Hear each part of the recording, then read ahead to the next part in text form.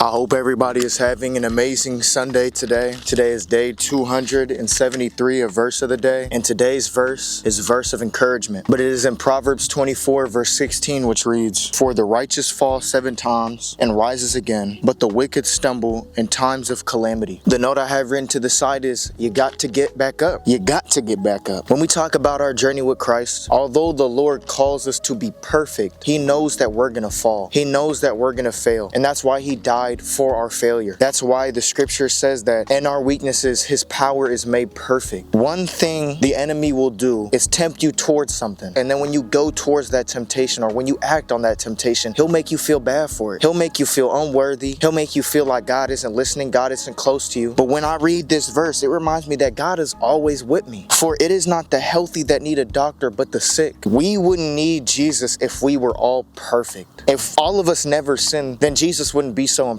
But the reason why He is so impressive is because He was perfect. And one thing that He calls us to do is when we fall into temptation, don't allow the enemy to get into your head. Don't allow him to convince you that it's over. Don't allow him to convince you that that's the end of your path. That's the end of your journey. Because what Proverbs right here is telling us that the righteous don't listen to that. The righteous rise up again. When we fall, Jesus is always there to pull us back up. When we saw Peter fall into the storm, Jesus was right there with His hand out. And that's how He is with all of us every single day. Pray that we can remind ourselves that we cannot do this on our own. Through our own knowledge and strength, we will fall every single time. But when we start inviting the Lord into our space, into our lives, He will pull us up every single time. With that being said, continue your journey with Christ. I pray that this verse gives you encouragement to continue to keep pushing on forward, knowing that you have authority over all power of the enemy. But that's all I have for you guys today, and I'll see you guys tomorrow.